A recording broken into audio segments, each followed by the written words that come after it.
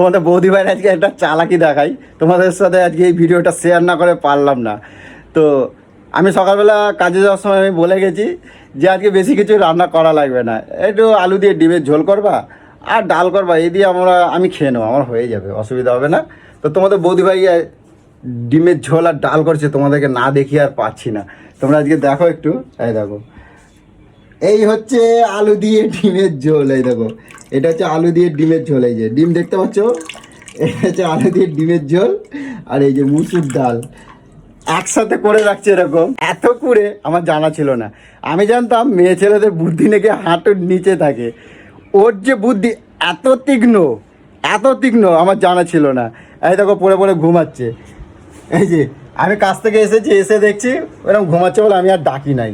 আচ্ছা ঘুমাচ্ছে ঘুমাক, আমার খিদে লাগছে, আমি রান্নাঘরে গিয়ে দেখি কি না যে কী রান্না করছে একবার দেখি। তো গিয়ে দেখি আলু দিয়ে ডিমের ঝোল করে রাখছে।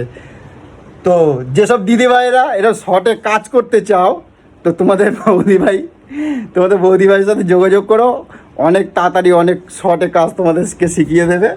তো দেখাচ্ছি তোমাদের বৌদি ভাইকে, যে হ্যাঁ বুঝো বুঝো, এ বুঝু, এই বলছি কি খেতে দেবো না? দিচ্ছি। কি রান্না করছো? যা বলে গেছে তাই। কি কি বলো দেখি, কি রান্না করছো? ওই তো ডাল ডিমের ঝোল আলু দিয়ে। হ্যাঁ, ওইটা ডাল আর ডিমের ঝোল হয়েছে। বন্ধুরা, ও যে এত শর্টে কাজ জানে আমি জানিছিল না, এত কুড়ে। আমি তোমাদের সাথে এই ভিডিওটা শেয়ার না করে পারলাম না, তাই আজকে ভিডিওটা শেয়ার করলাম। তো কার কার বউ এরকম কুড়ে আছে প্লিজ কমেন্ট করো।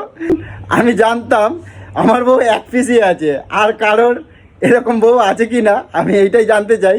তাই কমেন্টে জানো, আমি প্রত্যেকের কমেন্টের অ্যান্সার দেবো।